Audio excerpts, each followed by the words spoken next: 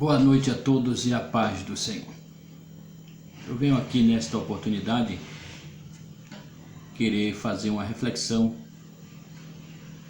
sobre o tema vinda do Senhor e arrebatamento da igreja.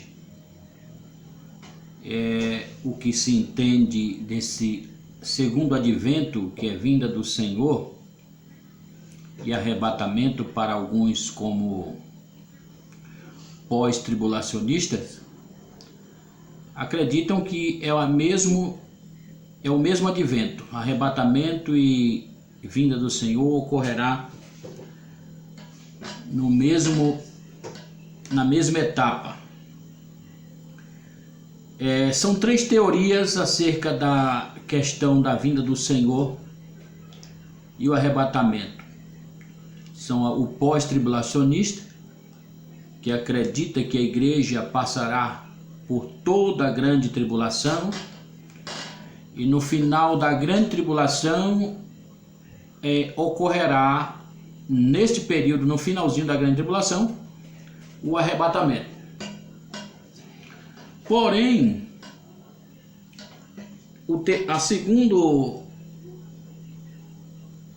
a segunda teoria é o mesotribulacionista.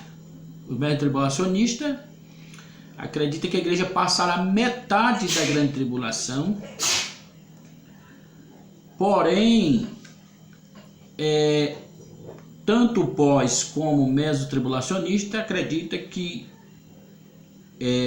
haverá um livramento, de Deus em relação à igreja. O mesotribulacionista acredita que o seguinte, que a igreja chegará a ver o anticristo, porém não sofrerá os danos que a grande tribulação trará em relação às pragas e à ira do Senhor. E o pós-tribulacionista acredita que dentro da grande tribulação a igreja será livrada das pragas, No momento em que as pragas cairá sobre a face da terra, até a taça da ira de Deus, a igreja estará protegida. Essa é uma crença do pós-tribulacionista. Os pré-tribulacionistas acreditam de forma que a igreja será arrebatada antes que ocorra o segundo advento. Tanto o pré como o mesotribulacionista acredita que a vinda do Senhor é um advento à parte do arrebatamento. A vinda do Senhor é quando ele vem com poder e grande glória. Para os pré-tribulacionistas, que acreditam que a igreja será arrebatada antes da segunda vinda do Senhor, porque eu quero deixar bem claro aqui que para alguns que são pós, que cria a imagem, a fantasia de dizer que os pré-tribulacionistas acreditam em três vindas, mas é impossível dizer que isto é uma verdade, porque não existe três vindas. Poderíamos dizer que arrebatamento é a vinda do Senhor? Para entendermos isso aí, primeiramente nós tínhamos que fazer uma análise do que seria arrebatamento e também vinda do Senhor, porque se entendemos que arrebatamento e vinda do Senhor é a mesma coisa, então é impossível acreditar que este advento, que é relatado por Paulo, acerca do arrebatamento, que este arrebatamento ocorrerá e por que ocorrerá este arrebatamento. Mas, antes de tudo, vamos fazer uma análise do texto aqui, em 2 Tessalonicenses, capítulo 2. Gostaria de fazer uma leitura. Diz o texto assim: Ora, irmãos, rogo-vos pela vinda de nosso Senhor Jesus Cristo, pela nossa reunião com Ele, que não movais facilmente do vosso entendimento, nem perturbes, quer por espírito, quer por palavras, quer por epístola, como de nós, como se o dia de Cristo estivesse já perto. Em outra tradução, o dia do Senhor estivesse já perto. Ninguém de maneira alguma vos engane, porque não será assim, senão antes venha a apostasia e se manifeste o homem do pecado, o filho da perdição, a qual se opõe e se levanta contra tudo o que se chama Deus, ou se adora, de sorte que se assentará como Deus no seu templo no seu templo e de Deus querendo parecer Deus. Não vos lembreis que estas coisas vos dizia ainda estava convosco? E agora não sabeis que o que detém, para que o seu próprio tempo seja manifesto? Porque já o ministério da injustiça opera.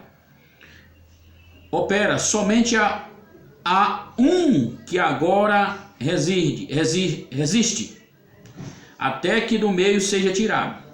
Então será revelado o iníquo, a que o Senhor desfará pelo sopro da sua boca e aniquilará pelo resplendor da sua vinda.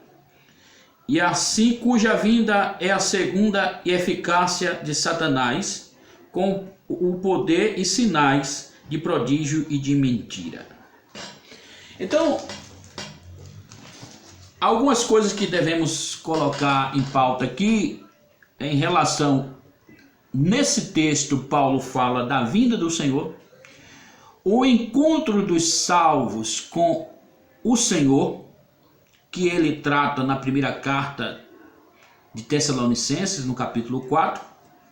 Sabemos que no ano 51 depois de Cristo, aproximadamente, que foi elaborada esta carta de Paulo aos irmãos de Tessalônica. E devido ao que ocorria ali naquela época das perseguições, os irmãos começaram a fraquejar-se em meio à circunstância que estava ocorrendo das perseguições do Império Romano. Então os irmãos começaram a achar que o dia do Senhor já havia chegado, porque como poderemos entender vinda do Senhor, arrebatamento, dia do Senhor? O dia do Senhor bem é relatado nas Escrituras como o momento da ira de Deus sobre as nações, né? O dia do Senhor é relatado como a ira do Senhor sobre as nações. Então, como ocorria ali o momento da perseguição, e que Paulo também relatou sobre esta tribulação que viria sobre toda a face da terra, então o que pode ser entendido aqui é que os irmãos não entenderam bem a mensagem do apóstolo Paulo, para ele descrever dizendo que não vos perturbeis, quer por espírito ou quer por epístola, porque ele coloca de forma e relatando cada evento no seu devido lugar. Ele mesmo no capítulo 2 ele mostra que a vinda do Senhor, né, e o encontro dos salvos como adventos praticamente diferente, pelo que alguns, como pós-tribulacionista, eles colocam como tudo no mesmo pacote, vamos dizer assim.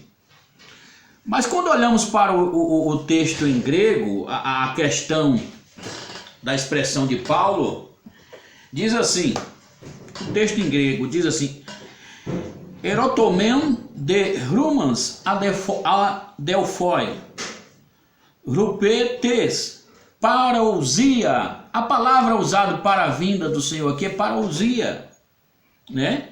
Parousia. Então, para relacionar o segundo advento, que é a vinda do Senhor, 3 palavras gregas poderiam ser utilizadas aqui, que é parousia, que é vinda, chegada, né? São 24 vezes usado no Novo Testamento, né? Vinda do Senhor é chegada, está perto, né? está ao lado, na sua presença, à volta. A outra palavra poderia ser usada como Apocalipse, que é a ideia de 18 vezes como substantivo e 26 vezes como forma de verbo, né? Que a palavra Apocalipse tem a ideia de descobrir, revelar, né? Desvendar. E a outra palavra é a ideia de epifaneia, né? Poderia ser usada para o segundo advento, que é chamado vinda do Senhor. A epifaneia também é a ideia de trazer à luz, fazer brilhar, mostrar, né? Mostrar. Isso aparece em Lucas 1,79 com o Cântico de Maria, né? Em alguns versículos aparece essa expressão epifaneia, como Lucas 1,79, 2 Timóteo 1,10, né? E tem mais versículos, 2 Timóteo 4,8, né? Apenas esses 3 versículos como exemplo. No caso do Apocalipse, vimos exemplo de versículos como 1 de Pedro 4,13, 2 Tessalonicenses 1,7, né? E parousia, no próprio texto de 2 Tessalonicenses, vemos essa expressão parousia. Parousia, que é a ideia de vinda, chegada, presença, né? Mas quando pegamos o termo parousia e arrebatamento, dá uma diferençazinha aí.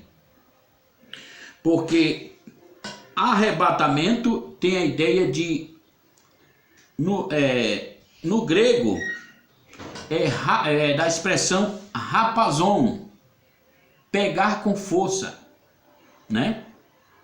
Mas me parece que no latim é raptus, né?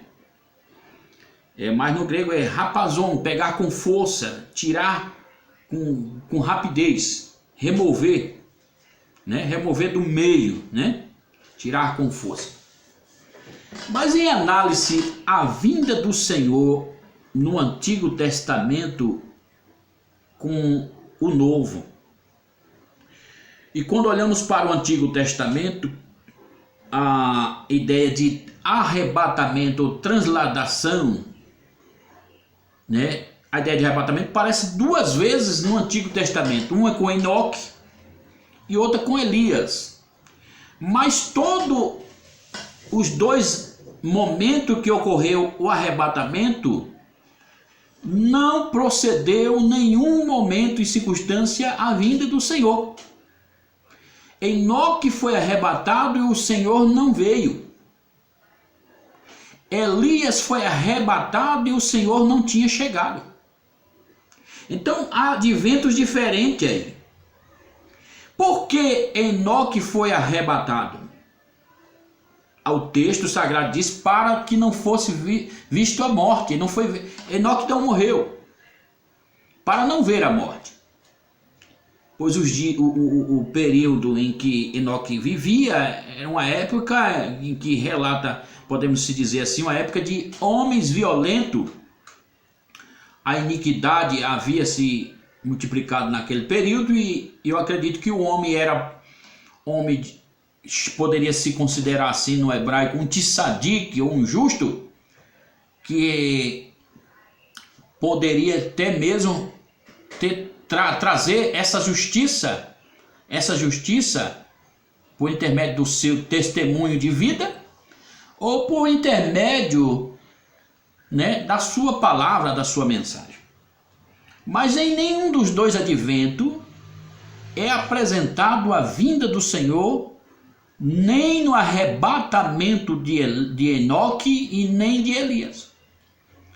Agora, por que no Novo Testamento, quando se trata de arrebatamento aqui, as pessoas querem fazer a junção de que a vinda do Senhor e o arrebatamento ocorrerá numa só etapa, sendo que nós não conseguimos entender isto aí. Porque quando olhamos o texto aqui, diz o seguinte: ora, irmão, rogo-vos pela vinda do Senhor, né?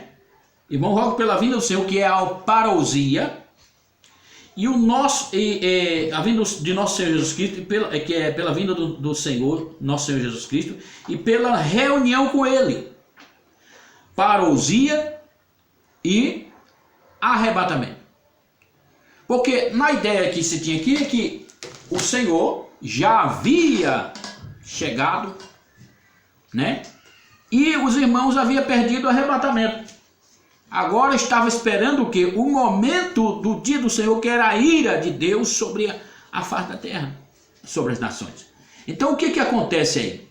É o que Paulo quer trazer à luz aos irmãos de Tessalônica, que eles não poderiam ficar com essa mente turbada em achar que a vinda do Senhor já havia ocorrido, ou o arrebatamento, né?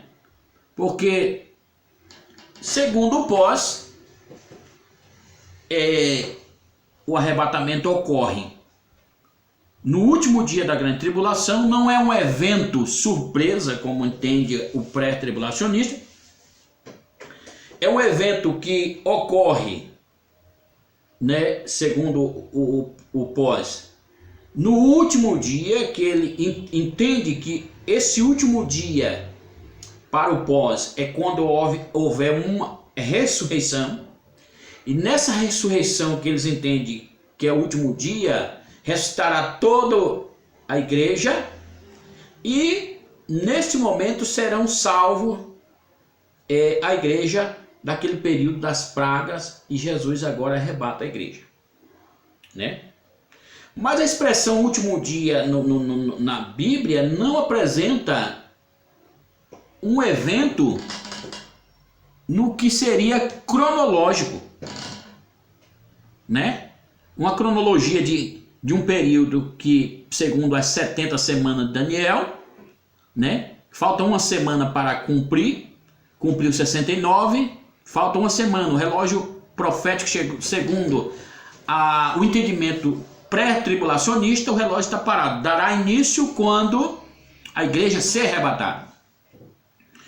Mas para o Pós, este advento ocorre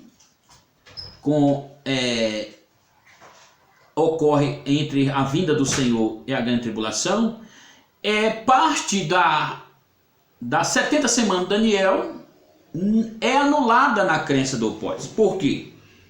Se for colocar a ponta do lápis em relação à última semana, né? A última semana, então o que poderia ser entendido como o texto que ele viria como ladrão da noite, e a ideia de que manda vigiar.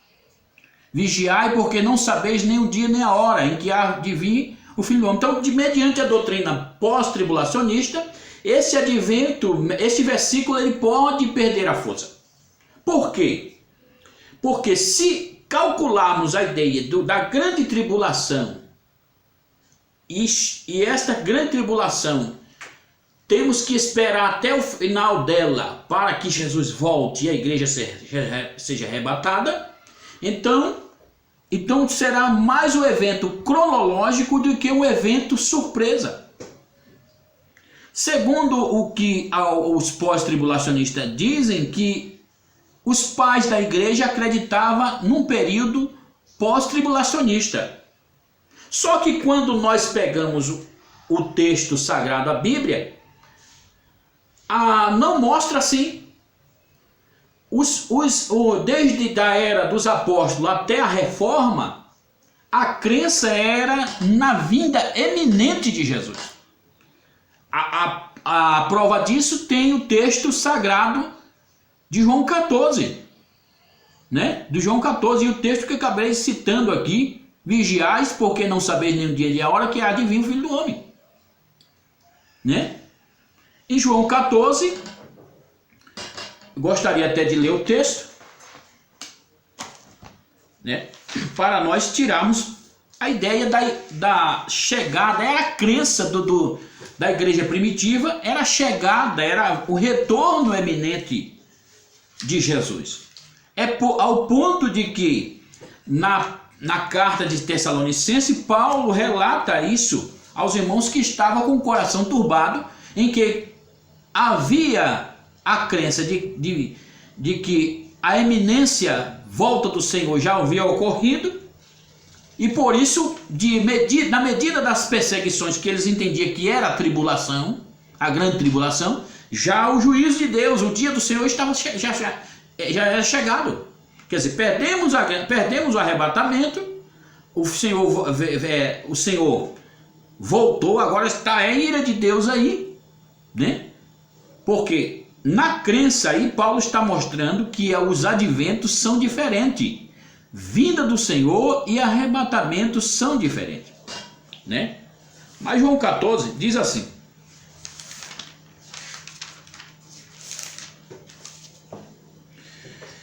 não perturbe o vosso coração, crede em Deus, crede também em mim. Na casa de meu pai há muitas moradas. Se não fosse assim, eu não teria dito: eu vos preparar lugar. E quando eu for, eu vos tiver preparado lugar, voltarei e vos levarei para mim, para que também estejais onde eu estiver. Então, neste versículo aqui, os irmãos acreditavam na volta eminente de Jesus. Na volta eminente de Jesus. Agora, por que a crença do pós-tribulacionista acredita que o advento do arrebatamento e a vinda do Senhor é a mesma coisa? Por causa da utilização de Mateus 24, em que Jesus fala ali claramente da sua vinda à nação judaica, e na crença pós-tribulacionista eles colocam tanto Israel e a igreja no mesmo pacote, sendo que, embora a igreja é formada por gentio e judeus, não significa que todo Israel é a igreja. É isso que deve ser detalhado em relação a isso. Só que, mediante a isso, eu quero colocar aqui que se a igreja ela vai ser passada pela grande tribulação, para no final ela receber o livramento mediante o arrebatamento, o que mais pega aí para a crença do pós-tribulacionista é quando que haverá o tribunal de Cristo e a boda do Cordeiro. Porque o advento da vinda é que quando Jesus vir, segundo o pós, Jesus arrebata e, para a crença de alguns, se ele tem um milênio, se é um milênio terrestre, então arrebatar e descer. Mas aonde haverá este advento do tribunal de Cristo e a boda do Cordeiro? Se ele arrebatou aqui, e aí ele volta aqui agora. Volta para a terra. Nem nas mansões celestiais não entra. Porque segundo o que se entende o advento relatado na Bíblia, que pelo que Paulo fala, que todos nós encontraremos e compareceremos a 2 Coríntios capítulo 5, versículo 10, mediante o tribunal de Cristo, para prestar conta naquilo que foi feito mediante o corpo. Se nós vamos comparecer no tribunal de Cristo, onde seria esse advento? Na terra? Onde o milênio, ou onde no começo ali do final da grande tribulação, onde se dará início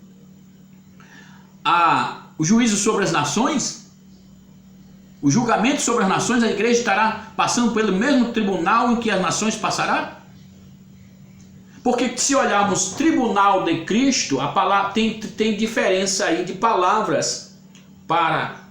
Duas palavras aparecem em relação a tribunal. Criterion,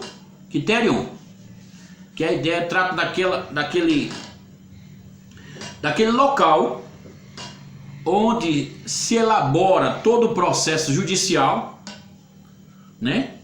Toda a ação judicial, onde se julga uma causa. É um tribunal de justiça, é chamado de criterion, né? Mas outra palavra que pode ser usada e que é relatada como tribunal de Cristo é berma. Berma é a plataforma elevada, um assento para recompensa. Era usado isso nos Jogos Olímpicos de Atenas.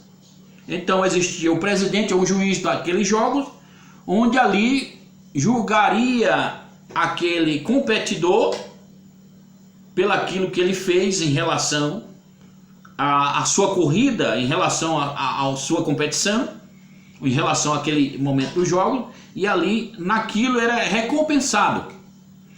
No tribunal de Cristo não haverá um julgamento para condenação. O tribunal de Cristo será um julgamento para recompensa, que é o berma, e não o criterion. Então, quando ocorrerá isso, segundo o que apresenta o pós, que o arrebatamento e a vinda do Senhor está no mesmo pacote. O mesmo tribulacionista ainda pode ser entendido porque, mesmo que a igreja passe metade da grande tribulação, mas ela sobe, e outra parte ela não sofre. Quer dizer, o tribunal de Cristo e a boda do Cordeiro poderia ser 3 anos e meio, segundo a profecia das 70 semanas de Daniel. Mas para o pré, a última semana a igreja não estará mais na terra. A igreja subirá no arrebatamento, e essa uma semana, que são 7 anos de grande tribulação, pelo cálculo de cada, né, cada dia da semana, essa é uma semana que falta, né? Cada um dia seria como um ano, né? Um ano. Então, uma semana seria 7 anos. 7 anos. E esses 7 anos de grande tribulação, segundo a crença do pré, a igreja não estará na terra.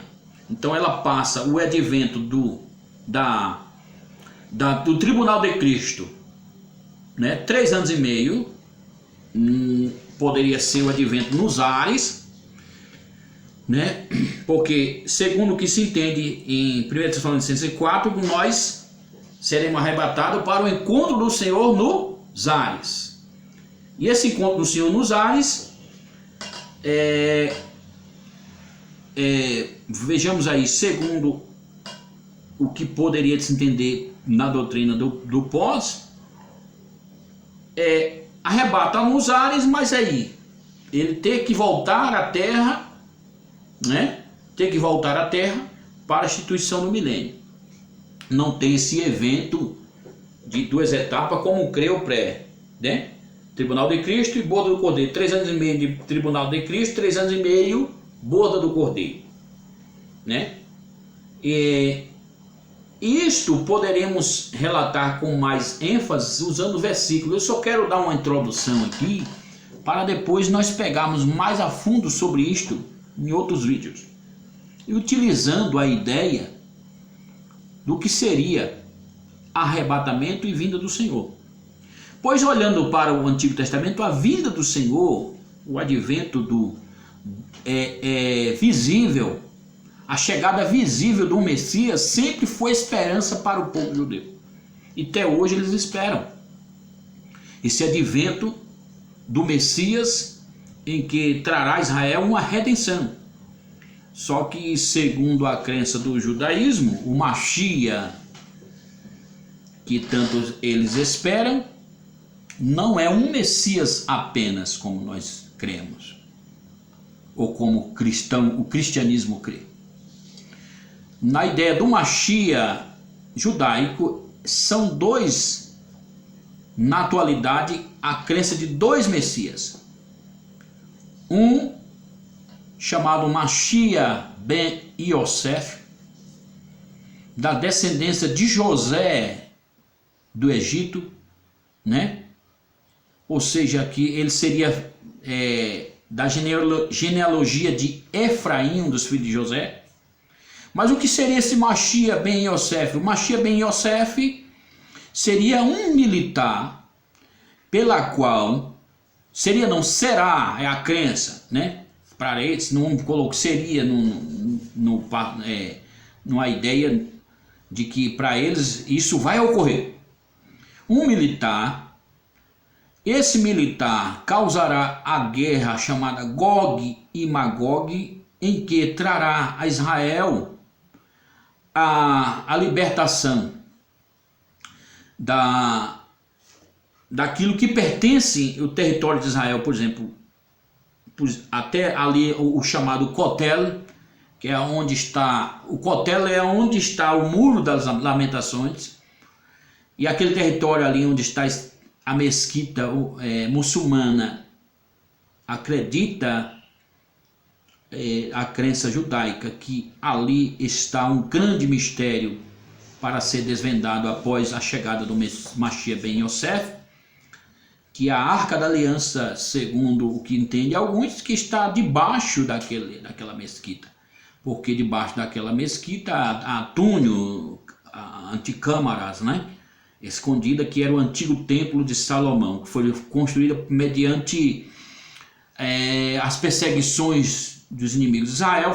Salomão teve a ideia de construir anticâmara debaixo do templo para esconder a Arca da Aliança. Então o Mashiach ben Yosef virá com a ideia de que trará a Israel aquilo que pertence a ele, vai formar essa guerra, dar o início praticamente o início a esta guerra e recuperar aquilo que pertence a Israel e a reconstrução do templo, mas porém ele morre.